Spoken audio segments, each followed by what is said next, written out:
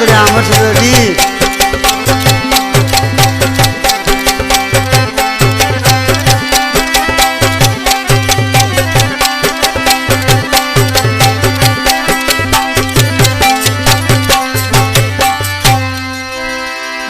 ते चढ़ चमचा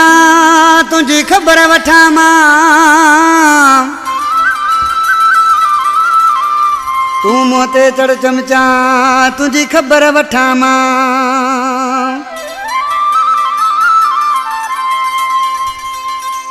ओ केतिरो लिखंदे तू मूंखां हमीद खो सोचवें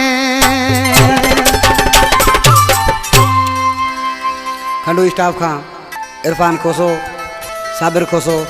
रहीम मलक विटशाह मोरी खां, रमज़ान मलक, मसूद मलक शिदापुर खां, सऊद मलक, शोएब मलक, इजाज़ खोसो फलकार खां, अब्दुल हक खोसो।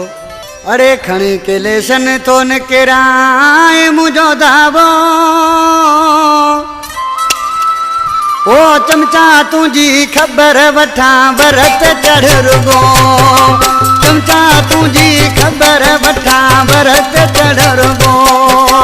खणी के लेशन तो न किराए मुझो दावो चमचा तुझी खबर वठा भरत चढ़ रुगो अरे चमचा तुझी खबर वठा भरत चढ़ रुगो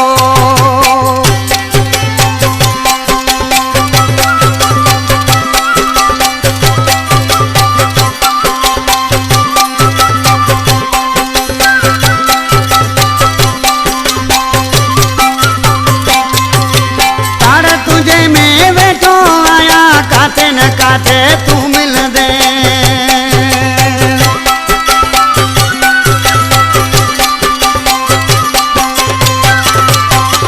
तारे तुझे में बैठो आया काथे न काथे तू मिल दे मस्ती तुझी खत्म थींदी राज सजो ॾिसंदो ओ चमचा तुझी खबर वठा भरत चढ़ रुगो अरे चमचा तुझी खबर वठा भरत चढ़ रुगो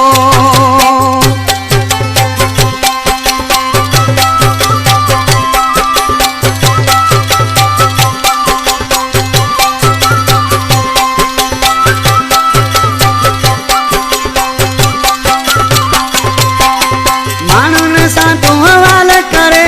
पंहिंजी ॻाल्हि खे ठाहींदो आहीं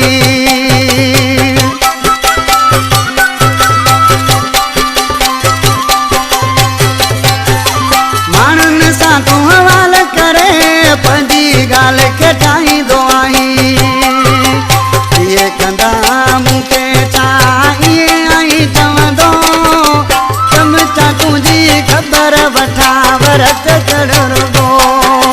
चमचा तुंहिंजी खबर वठा भरत चढ़ रुगो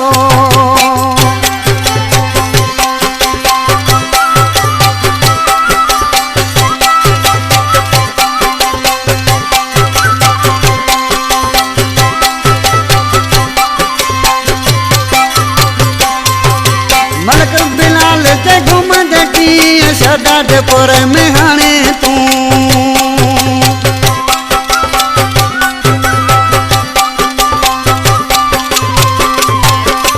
मलक बिलाल ते घुमंद कीअं शहदादपुर में हाणे तूं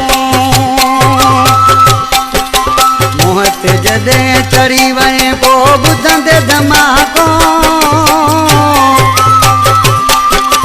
चमचा तुझी खबर वठा भरत चढ़ रुगो चमचा तुझी खबर वठा भरत चढ़ रुगो